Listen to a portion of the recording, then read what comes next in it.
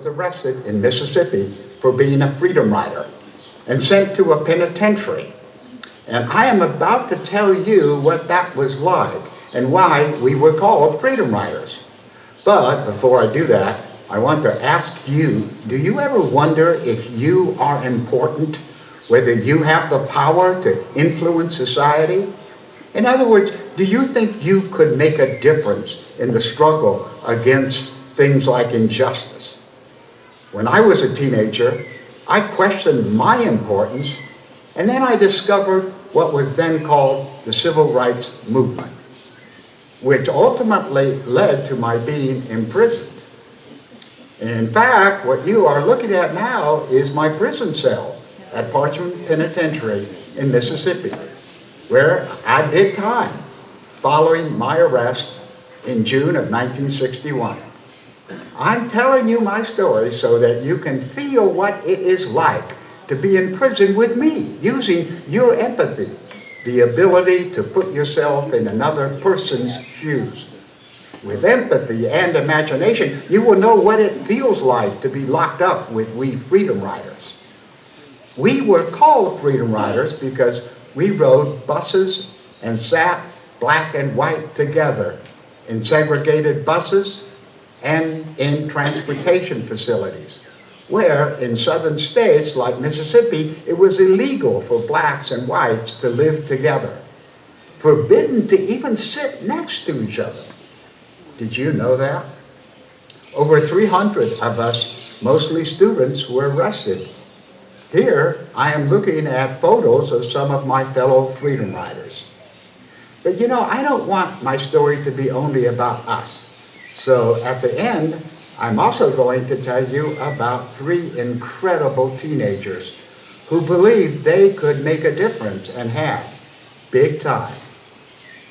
Have you ever heard of a man named John Lewis, who died on July 20th, 2020? Here he is being honored with the Presidential Medal of Freedom. He was a congressman for 33 years, and President Obama called him the soul of the Congress. He was an amazing social activist, arrested 45 times for what he called good trouble. In 1965, he was severely beaten up by a Selma, Alabama sheriff on the Edmund Pettus Bridge, which is named after a Confederate general and leader of a racist organization called the Ku Klux Klan. As an iron bar was coming down on his head, he moved his head slightly, enough that he was badly injured, but thank God not killed. John was also a freedom rider. We were arrested the same day. So consider this an invitation to join me and myself for 39 days and try to feel what it was like for us. However, before you decide whether to join me or not, you obviously need to know what you are getting into. The first 13 freedom riders who boarded a Greyhound bus left Washington, D.C. May the 14th of 1961 on their way to New Orleans. Near Anniston, Alabama, they were assaulted by a car caravan of violent segregationists and barely survived. One of the reasons they did was because of the kindness and bravery of this 12-year-old girl, Jamie McKinney, who, when she saw what was happening in front of her very home, rushed out to aid them as best as she could. Later the same day, Mother's Day, a Trailways bus arrived at the Birmingham station with a group of racist hoodlums. There they assaulted the black and white freedom riders. James Peck and Charles Person were beaten with fists and a lead pipe. Peck's injury required 53 stitches in his head. I was far more fortunate. Our trip by train from New Orleans to Jackson was uneventful. In fact, we were accompanied by FBI agents, although I truly don't know if they were there to spy on us at the direction of their boss, J. Edgar Hoover, or to protect us. I merely experienced being fingerprinted, ordered to undress, body searched, photographed, and then endured imprisonment. First in a large dormitory, and then in the maximum security unit, a compact brick building that appears to rise out of the ground. It comprised 4 cell blocks with 13 cells per block, 2 prisoners to a cell. It was surrounded by a 20-foot high fence topped with barbed wire and 4 concrete posts which could be mounted with machine guns. So new, my young friends, or older friends, are you ready to join me in the cell? Each has a wash basin, a toilet, and a double steel bunk bed with mattresses. Of course, we black and white men are segregated from each other. Every door to the cell block can only be opened by a guard from the outside with a key to an electric control box. The women are in a separate cell block 30 feet from the electric chair. Can you picture them being that close to a place of death? Look at this, the size of my 6-foot by 9-foot cell. Can you imagine living in a place like that for 39 days? So in addition to feeling trapped in such a tiny space, you may also feel lonely, as I occasionally did. Or you may feel a little afraid, particularly when the guards threaten to hose us down with fire hoses because we won't stop singing our Freedom Rider songs. During the day, we can talk to our cellmates, but especially at night, be prepared to hear the occasional scream of one of our inmates having a nightmare, or the rustle of a guard's key as he patrols the corridor in front of our cells. Like me, you may have a hard time falling asleep. Mississippi in June is especially humid and hot, so sleeping comes with our bodies in sweat, and our mattresses have a rotten smell. But most of all, when we cannot sleep, it's because even though we can see, hear, and feel prison life all around us, it's still so difficult to believe that we are here in a state penitentiary, sentenced to 4 months and $2,000 or 6 months for merely sitting with our black and white friends on a bench in the Jackson train terminal, where no one today would bat an eye to see a little black girl sitting. Then, just as we feel like we are about to fall asleep, memory intervenes, and we hear again the reverberating tap of our shoes, echoing our act of conscience as we stride towards the door to the terminal's segregated waiting room. We remember the whispers, a few attempts to break the tension, and the alternating rhythm of our heartbeat with our mind's measure. Stay cool, the sweating palms. Move quicker, there's the door to the waiting room. Trying to sleep, eyes shut, we still see our women colleagues moving in a different direction and hear us men singing, "Black and white together." Bob and Helen Singleton are the UCLA coordinators of the rides. And with your imagination and empathy, I bet as you see Bob watching his wife, Helen, disappear, you can feel his overwhelming anxiety, his wanting to scream out, "Honey, be well, I love you." Outside the waiting room, the police in stony silence stand like a wall, while the FBI agents melt away in the afternoon heat. We had not expected them to be present. In 1961, black churches in Alabama had not yet been burned. Schwerner, Goodman, and Cheney had not yet been murdered. For underneath their borders, the devil draws no line. If you drag her muddy rivers, nameless bodies you will find. Oh, the fat trees of the forest have hid For their daring to register blacks to vote in the Delta of Mississippi. Then, despite the snores of someone from another cell, with memory's recollection, we hear again the raucous voice of Captain Ray bellowing, "Are y'all gonna move? Are y'all going to move on?" He says it 3 times, but we remain seated. Black and white together. Nobody moves. We sing, Just like a tree that's planted in the water, we shall not be moved. Okay, line up, he shouts, line up. We proudly get into the paddy wagons.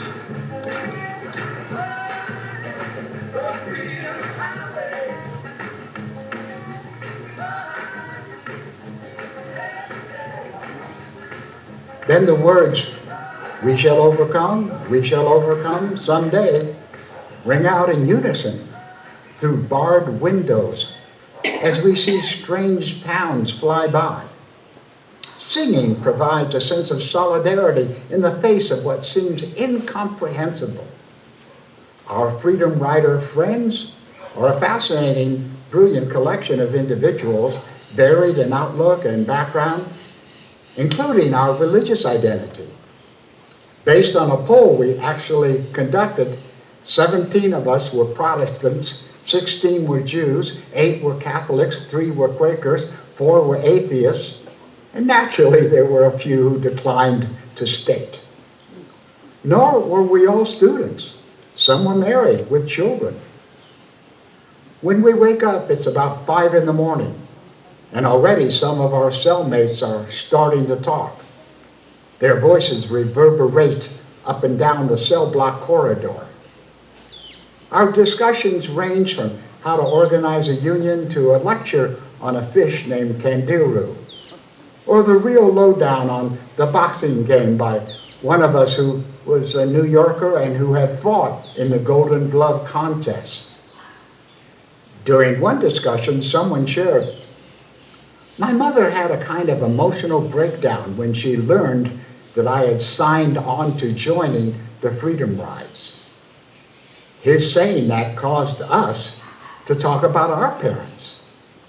I told them how lucky I was that my mother and father's strong Jewish ethics and empathy for how African Americans were treated in the South caused them, the Yiddish is to sheb nachas, to feel a kind of parental pride for my social activism. "Philip," my mother said, "I'm scared for what might happen to you, but I admire what you are doing." What I chose to do was very much connected to my Jewish heritage, shaped by our history. My parents loved to travel, but once when they were planning a trip to Europe, I can still hear my mother's declaration. "Izzy," she called my father, "I can't go to Germany. With everyone I would meet, I would wonder, was he or she a Nazi? Did he or she support Hitler's extermination of fellow Jews? Did that individual extract gold from the dead bodies of those who were shot after they were forced to dig their own graves?" And you, my friends, can you imagine being forced to drink water out of a fountain, designated colored only or white only? Go to a restaurant or a bathroom that says whites or blacks only? Can you imagine having attended a concert of great black entertainers like Marian Anderson, Nat King Cole, Sammy Davis Jr., who were paid thousands to perform? Yes, I know for some of you they were way before your time, but believe me, they were loved by masses of people. Yet when they were performing in the South, they had to find a motel or hotel reserved for blacks for one reason only, their race. How about this? Imagine you are an African American soldier having fought during World War II against Hitler's racism, having seen some of your own black buddies seriously injured or killed. Then when you come home to your town in Alabama, you see German, white POWs traveling without any form of discrimination other than the fact that they are prisoners of war, while you must sit at the back of a segregated bus treated as a second-class citizen.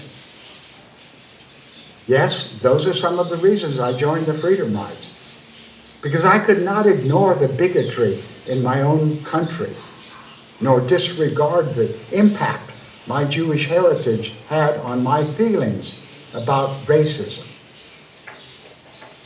I believe that when our personal history, ethical values, and memory ring true with empathy for the suffering of others, like a towering bell that won't be silenced, we are moved to acts of compassion, righteousness, and moral courage that occasionally even surprise us ourselves.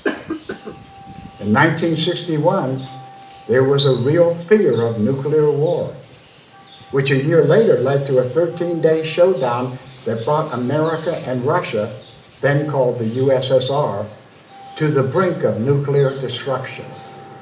So, we all felt a need to keep up with the news. How, you might ask? One of our colleagues from the Bronx created a little bag which he tied under his testicles, in which he had placed the material to make a crystal radio, which the guards had not found when he had been body searched. In the pen, he put the parts together to make a radio. He listened to the news and shared it with the rest of us. Our backgrounds were diverse. I was the product of a liberal upbringing in white suburbia with only a minimum of social contact with Negroes, as they were called then. Nor had I read any of M.L. King's philosophy of nonviolence, nor had I even heard of CORE, the Congress of Racial Equality, which co-sponsored the riots with the National Association of Colored People, the NAACP, and the Southern Christian Leadership Conference.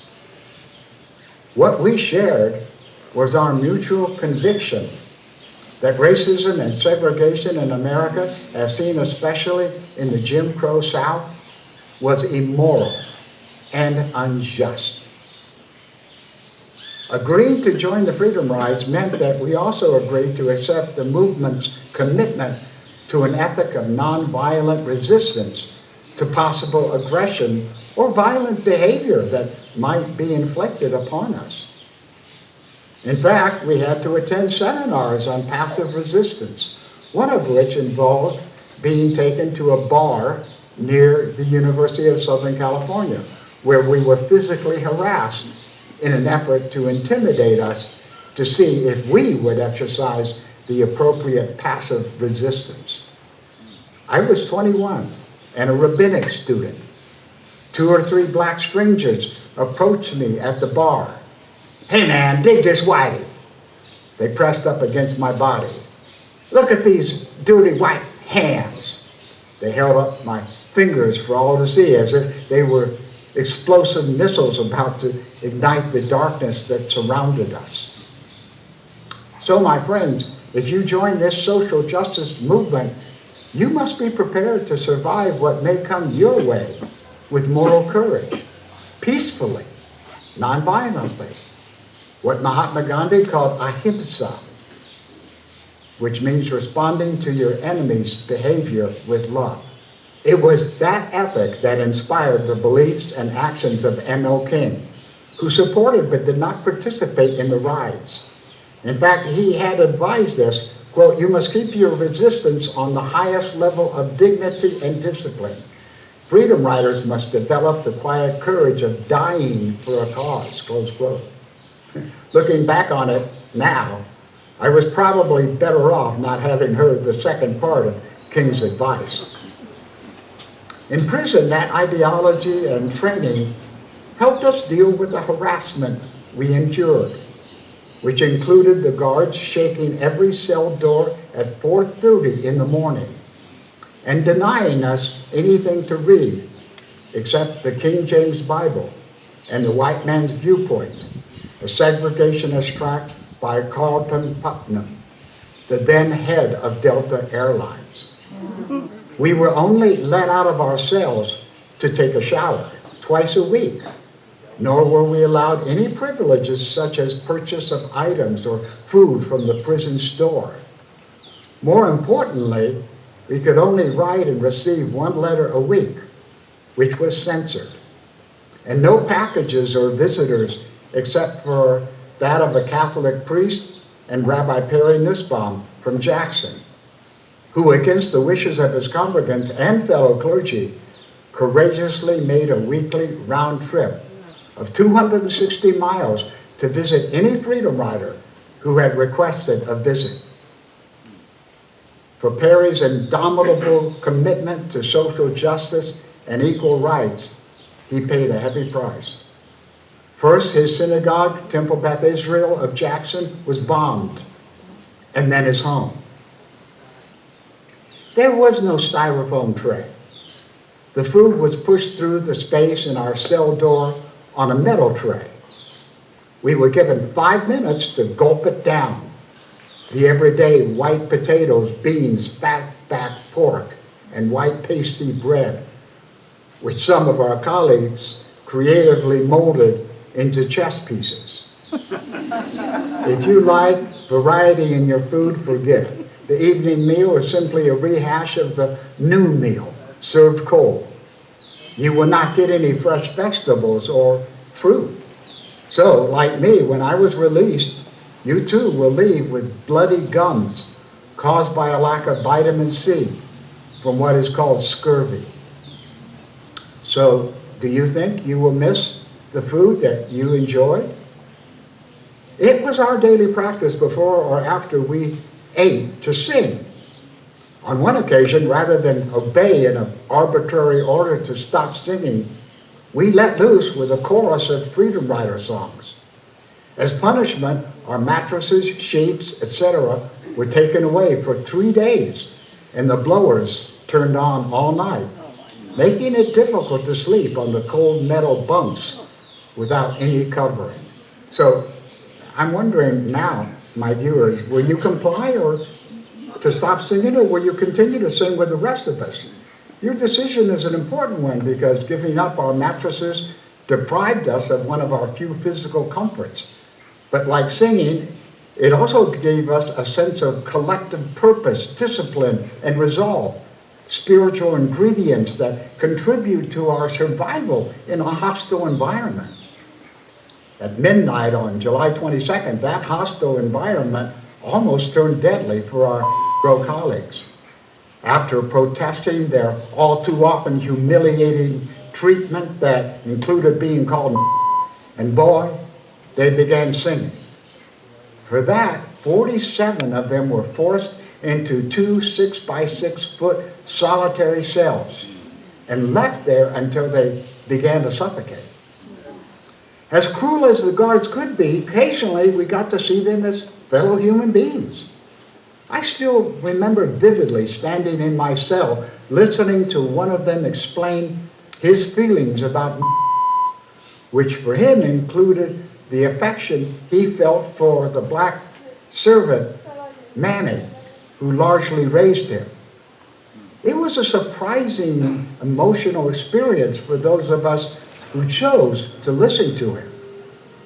Your emotional survival will be enhanced, as was ours, by sharing our feelings about what we most longed for when we were in prison. As we did, the corridor rang out with descriptions of the people and things we missed on the outside. For me, it was a hamburger with fries and a chocolate malt, the freedom to go to a movie of my choice, and a sweetheart's kiss. One of the surprising things about life at Parchman was that the trustees, the upper echelon level of inmates, could have once-a-month visits with their spouses, including private time for sex. As for us, the rumor was that the prison authorities dealt with our sexual appetites by putting something called saltpeter into our food.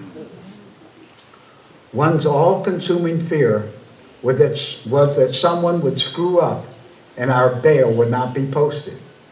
And until that happened, it was like waiting to be told, you don't have some terrible disease. When one of us was due to be released, the cell block would become abnormally quiet as hope, fear, and empathy coalesced on the turn of a key whose power for freedom was not ours. I was lucky. I only had to wait 1 day after the time that Cora's attorney posted my bail. And until recently, I gratefully kept his card in my wallet. But there were those who were held in prison as long as 5 days after they were due to be released. Well, particularly, my young friends, have I convinced you that you are incredibly important, special, unique, and each of you in your own way can do great things? And that if you look around where you live, see what's happening in our country, the world as it is, you will understand that you too have a purpose with all of us to help build a world with more compassion, empathy, peace, and justice. Speaking of justice, have you finally decided whether you would become a freedom rider? Your decision would have to be made based on what was happening in the 1960s, when seeing thousands of blacks and whites in cities throughout America carrying signs that proclaimed Black Lives Matter would have been a mirage, a joke. For segregationists, a nightmare. 2 months before I got to inhale the breath of freedom, Newsweek magazine reported that a Gallup poll, May of 1961, showed that a majority of Americans, 61%, quote, disapprove of what the Freedom Riders are doing, close quote. And a poll of June 27 showed that, quote, 57% believe that such tactics as sit-ins and freedom rides hurt rather than help the Negroes' chances for integration in the South, close quote. It has been over half a century since those Gallup polls reflected attitudes about racism, change, and social justice.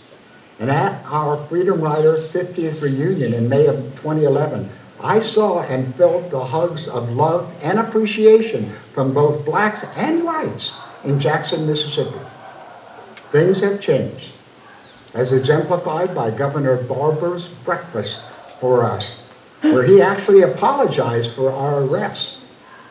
And there were 23 black senators in the state legislature at that time, and a black warden at Parchment, where we were served, instead of fatback and slimy okra, the best barbecue I have ever tasted. If you decided to join We Freedom Riders, I hope it was because of your empathy for how it was when we were not so welcomed, to say the least, by the white community. And if you were able to feel what we endured, you have learned what it was like to be part of one of the most important events in the continuing civil rights struggle for equal justice in America. On May of 2011, Oprah Winfrey kindly brought us Freedom Riders to Chicago to be on her TV show. Occasionally I have been asked, did she give you anything? Yes, she gave us a well-written book by Raymond Arsenault, The Freedom Riders. At the end of his book, he writes, in the process of delivering the movement's message of nonviolence, the Freedom Riders became experiential learners, acquiring truths about themselves and the human condition. Wherever they found themselves, on buses and terminal waiting rooms and mass meetings in the jails and prisons of the benighted South, they absorbed the concrete lessons of struggle. Some were hard and sobering lessons about the intractability of racial hatred and entrenched privilege. But others were hopeful and inspiring, demonstrating the expansive possibilities of individual and collective action, close quote. The historian is correct, but for me, the lessons learned also have to do with patiently enduring the struggle and to not give up hope that everyone can make a difference, as taught by my 2,000-year-old social action mentor, Rabbi Tarfon. Lo alecha hamlecha ligmor, v'lo ata ben chorin lehibatel mimena. Now, 59 years older, I am not only grateful to have survived, but to live at a time when so many in America and throughout the world actively oppose racism, hatred, and bigotry. Martin Luther King once wrote, quote, "The ultimate aim of our struggle is to create better relations with our opponent rather than defeat and humiliate him," close quote.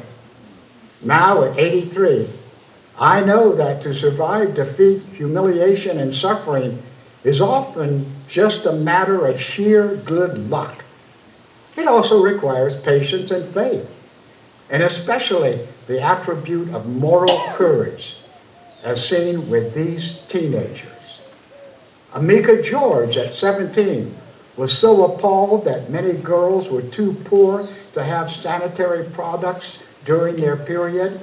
She founded an organization that 2 years ago moved the English government to fund free sanitary products for all girls in English schools and colleges. And I bet you have heard of Greta Thunberg, the Swedish environmental activist who, when she was 15, became famous throughout the world because of the speech she gave at the 2018 United Nations Climate Summit, when she demanded that world leaders take immediate action on the climate.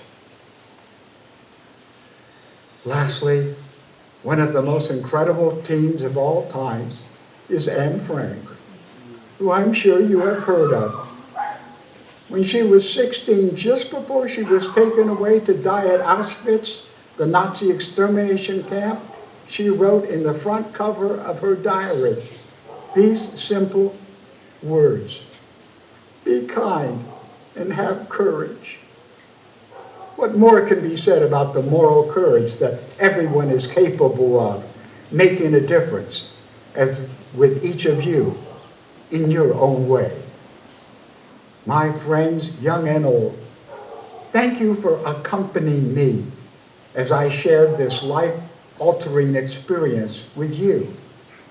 Now, may the appetizer for justice you have tasted with your empathy sustain you for your own future full course of social justice and activism for a better America and world.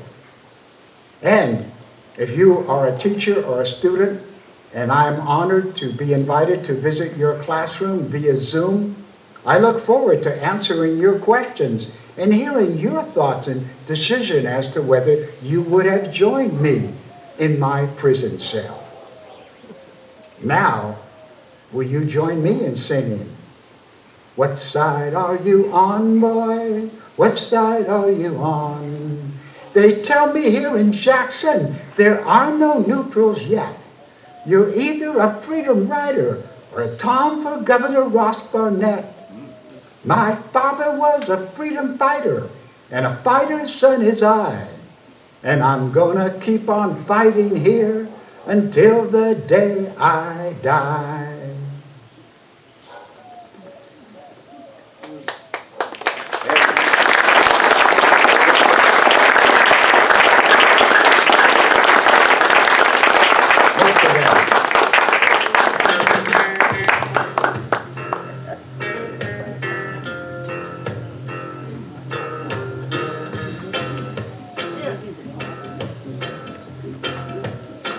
Thank you very much. That was incredible. For someone who wasn't in the States in the 60s, you know, this is partially a new history. I'm aware of it, but I was never aware of the details. So thank you for sharing that. That was incredible. And Helika, did you want to say something? Or the Q&A? So Robert Posner is going to be here to answer any questions you have.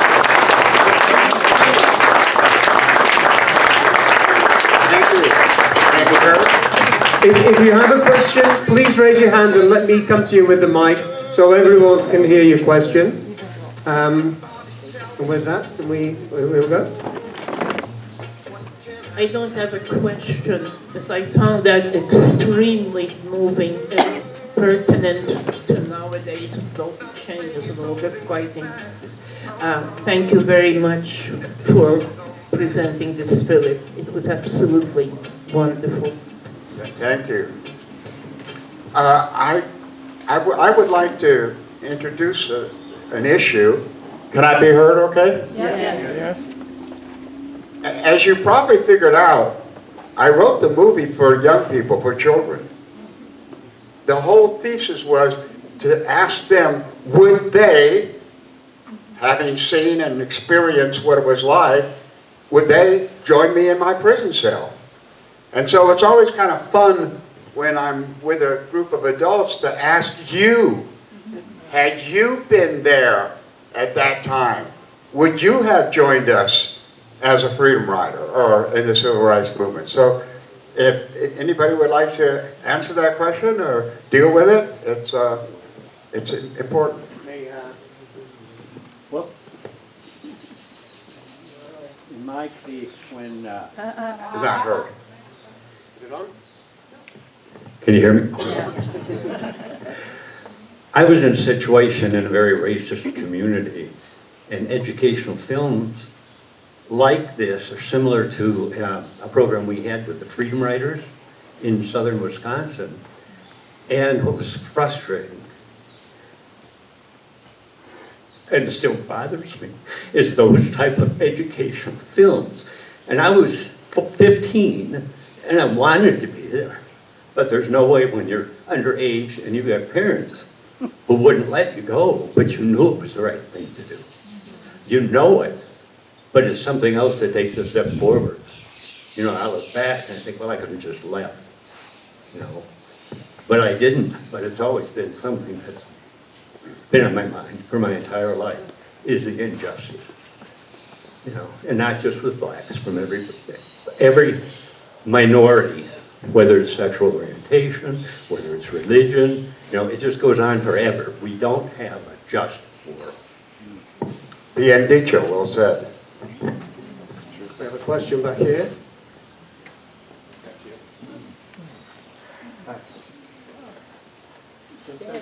Yeah, I don't have a question, but I want to thank you. I thought I knew the history, but after watching that, I didn't know as much as I should have known. Would I have joined you? I'd like to think that being with, you know, my brothers and sisters and not alone, I would have. I don't know. I know I couldn't have done it alone if it wasn't a group activity. But thank you very much. You're welcome. Okay. May I say to you who just spoke, what's your name? William Hightower. What? William Hightower. William. When we were in the reunion in Jackson, and African Americans from Jackson would come up and thank us, I would point to them and say, you are the real heroes, because your families endured this evil and survived. So you are a hero too. You're the hero. What type of preparation did you go through to prepare for the Freedom Rides? And I mean, it would take a lot of courage, knowing that you're going to face, you know, attacks, I mean, how did you prepare for that? Well, I tried to. Can we repeat the question? Because the people in the back cannot hear you. That's why we wait for I the was mic. just wondering as to how you prepare to do this. I mean, because there would be a lot of fear and interpretation. It would take a lot of courage to, you know you're going to face attacks, you're going to, meet really hostile people, and, suffer consequences. And, psychologically, you have to prepare yourself for that. You have to find, strength and support from others. But I just wondered how you prepared for that. Well, I tried to deal with that a little bit in the movie when I gave the example of us being taken to a bar near USC, and they were trying to intimidate us to see if we would react in a non-civil rights way. So that was part of, there was training. But interestingly enough, there wasn't an awful lot of training. If I remember correctly, we went to a couple of lectures and the thing at USC. So I think that what enabled us, or what gave us the background to do it, was our own connection with other people who held positions similar to ours, which is the nature of community. And in my case, as I said, my mother, Alaiha Shalom, peace unto her, she was a stalwart for justice and righteousness. And so I was lucky that I had that kind of support. But it is interesting that CORE did not give us more training than they did. But to my knowledge, we had some freedom riders who had a hard time, but most of us seemed to get through it as best as we could. Does that answer?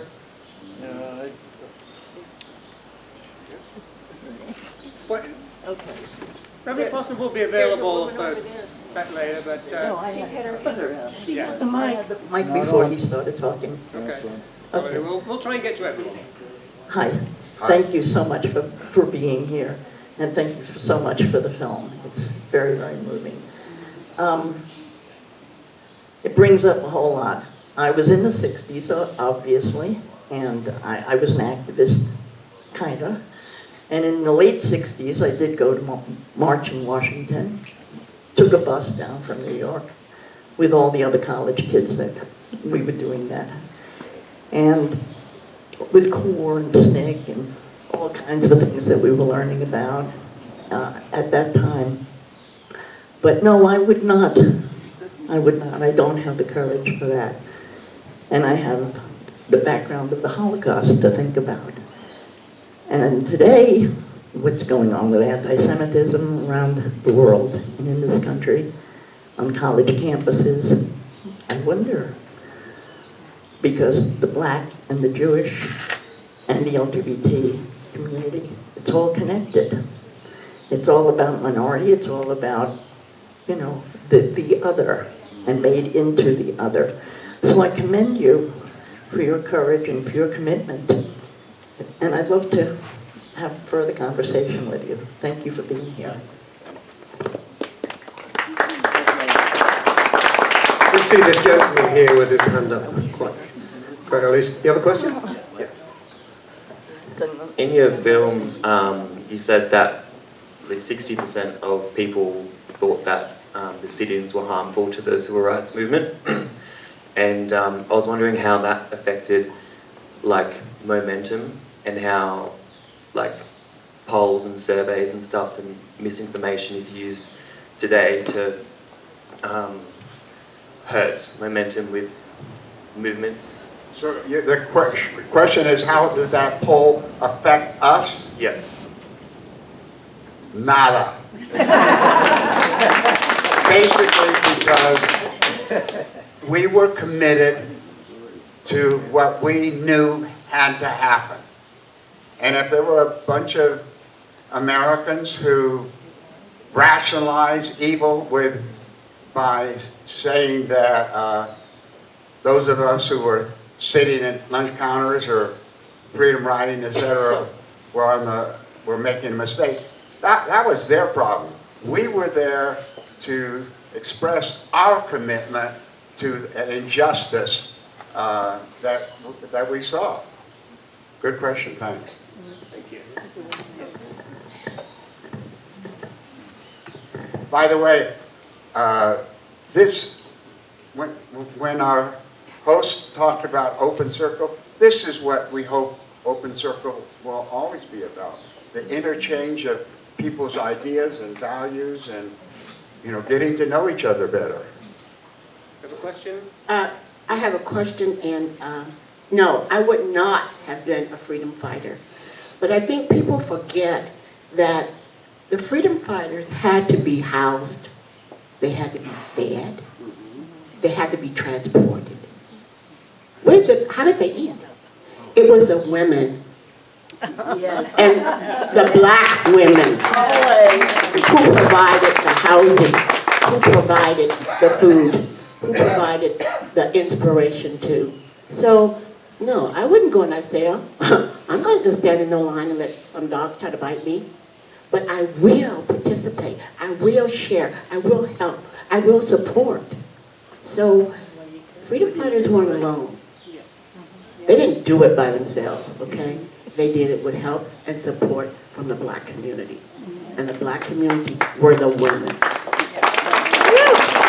Thank you for saying that. Just give one example. When we got out of prison, or when we came back for the trial, court had to put us up. It was the African American community, families, that had us in their homes, which, hard to believe, you may know, in those days, it was illegal for a white dude to come into the front door of a home of an African American. Can you imagine? And yet, I stayed with a dentist, and he said, I don't give a shit. I'm going to do what I know is right, and this freedom rider is welcome into my home. I'd just like, You're on. hello? Yeah. I'd just like to thank those people who had the courage, William, Melody, and you, I don't know your name, Pat, to acknowledge or admit that you didn't have the courage. I am in the same camp as all of you. What I'd like to know is the kind of uptake that you have had for the film. What kind of audiences beyond this group has it had? Well, I get a little teary-eyed with that question. The question was, what kind of uptake have you gotten with your film? In other words, what's been the response, right? Yes, and the Well, audiences. to be honest with you, it's been a failure. Meaning, community at large, including the Jewish community, has pretty much ignored the film and has not been willing to help me get it into schools, etc. And in fact, I've even put out some money to the Union of Civil Rights Teachers and one other group to see the trailer and then invite me in vis-a-vis classes to do what I'm doing now, for people, the kids to see the film and then ask the questions. So I'm at a loss. Hebrew is lamed l'shoncha lemor neni yodea. Teach your tongue to say, I don't know. But did I answer the question? Yes, thank you. By the way, there was a place towards the end of the movie when my favorite quotation was quoted, but you couldn't, the English was in the film, but it was hard to see. It's lo alecha hamlacha. It's not up to you to finish a task all by yourself, but neither are you so free that you may desist from trying. So that's what that, okay, because I can really Hello. I've been here about 3 years, and prior to that I lived in Portland, Oregon, and was there during the rioting that occurred after the death of George Floyd. And, sorry, I have a thing in my throat. So I was among some people who talked with the young people there about why they were being so violent, and referred to the nonviolence and the courage that it took in your time as to why they weren't doing that. And they said, and I want to hear if you have an answer to this, they said it didn't work. And I was shocked. What did not work? The nonviolent protests. So I had my own answer to that, but I wonder what your answer would be. I think that's, I'm not objective. I think that's ridiculous. Nonviolent behavior in the civil rights movement brought great change due to the courage and the intellect of people like M.L. King and Fred Shuttlesworth and lots of people. So no, I think that the passive resistance movement that we inherited from Gandhi, it has made a huge impact in terms of social change. I agree.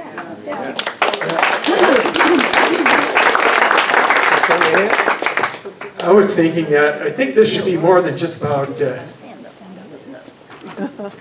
I was thinking this should be more than just about racial rights. It should be about like LGBTQ and any other type of rights you can think of. I kind of think of a Star Trek philosophy called Ajijic. It means infinite diversity, infinite possibilities. Well, I agree. Things are a lot different now. Where's David Quinseco? My editor of the film? I don't see him. Anyway, I owe a great deal of thanks to David Quinseco and his wife for producing the film. And I'm sure he'd be open to hear from other people with suggestions about a kind of film that you would like to see. I think we're very lucky. The film would have cost me in the United States, and I began with a contact about $30,000. Jorge and his wife produced it here. It cost me about $13,000. I've gotten some of it back, but I think tenemos mucho suerte que vivimos aquí en Mexico. We're so lucky that we live here in Mexico with talented people like Jorge. Javier Pastor, we have probably time for one more question. So this lady, yeah. Well, I can't really say that I have a question. You have to put your mouth to it. Oh. Someone Just put it up to your mouth. Anyway, so the question had been, like this. Like a rock star, baby. Okay. Well, first of all, I just wanted to thank you for bringing the presentation. It really did bring back a lot of memories for me as a kid in Philadelphia, and that's where I was at that time. And we wanted to go to be freedom fighters. We were young. My grandmother would not allow it. But we did run off and join the NAACP. And I've been an activist for my entire life. I think certainly during that time, it was a time of enormous change, which we still feel the effects of it today. However, so much of that is now slipping. And we're finding ourselves really back in those days as an African American living in the US. I'm here part-time, but living there, we're seeing another, rise, say, of the Black Lives Matter movement. And there was a great deal of pushback for that. But it was really the freedom fighters, and that's what they are. It's just a different name. But we're still fighting for the very same social justice issues that we were in those times. And a little while ago, when I was in the States, we took a trip, the freedom fighters, we took a trip back to the South, and we engaged in every one of those states that at the time during the freedom fighters had experience in trying to register folks to vote. And we traveled across the Pettus Bridge, and we went to a lot of different meetings with churches and various organizations to see how things were today and how they gauge those things. And a lot of what we heard is that so much of what we gained back then, we're still fighting for today. So. For sure. Thank you.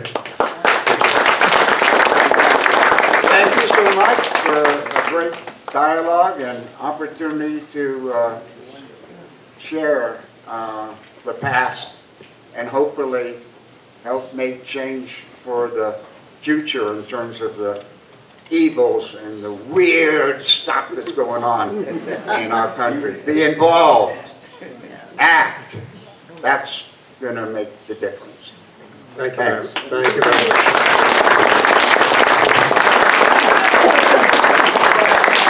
Just as a personal commentary, you know, may this movement continue, and I think it's very sad that people perceive now that, you know, pacifist action does not work. It's sad that that's the perception, because obviously it did, and thank you very much for it.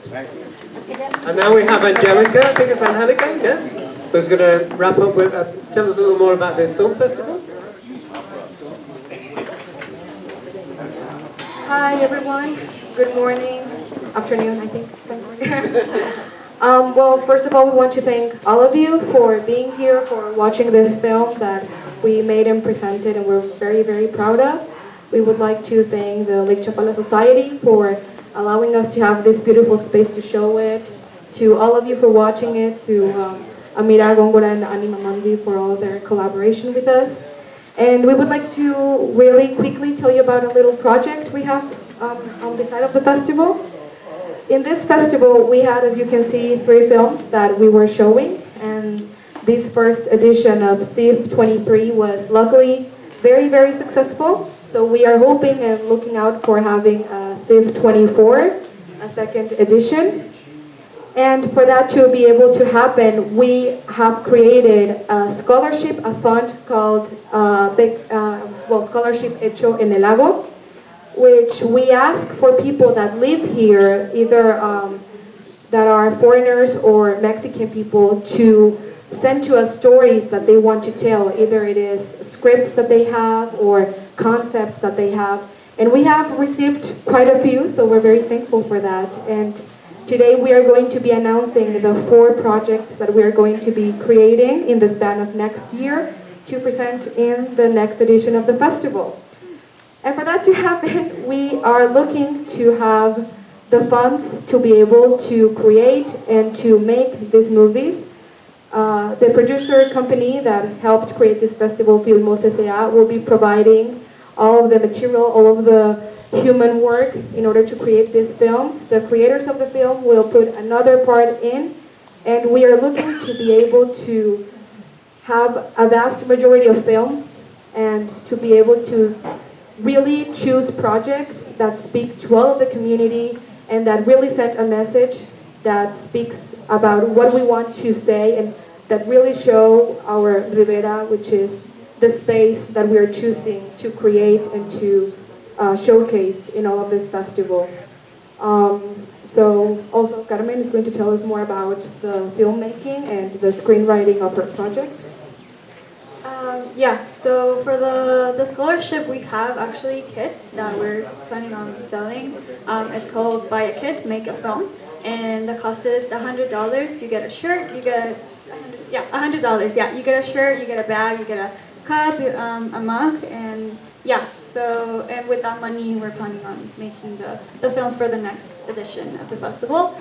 And in my case, I want to share my experience because I had a member of here, Lake Chapala Society, being my sponsor and my executive producer in my film. It's the first one, Huete. His name is VJ. He donated money. He became an executive producer in my film, and he's really happy with the results. And I'm really glad he believed in me and my project and like the film festival as well. So yeah, so that's what we're asking as well. If any of you is, you love movies, you want to become an executive producer, or just want to donate money as well, that's very well received, and we are planning on making really good stuff with it. So yeah. Well, thank you all so much. And I think that concludes our presentation today. Once again, thank you so much to Anna Posner and to the show. Yeah.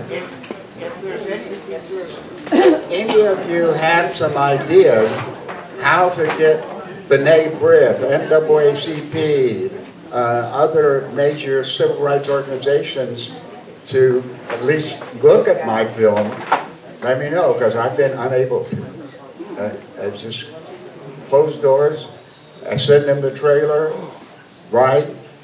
I don't hear back. So I don't have an answer, but maybe some of you may have a suggestion. Have you posted it on YouTube? Not really. Well, I posted the trailer on YouTube. Okay, well, thanks again. Don't forget to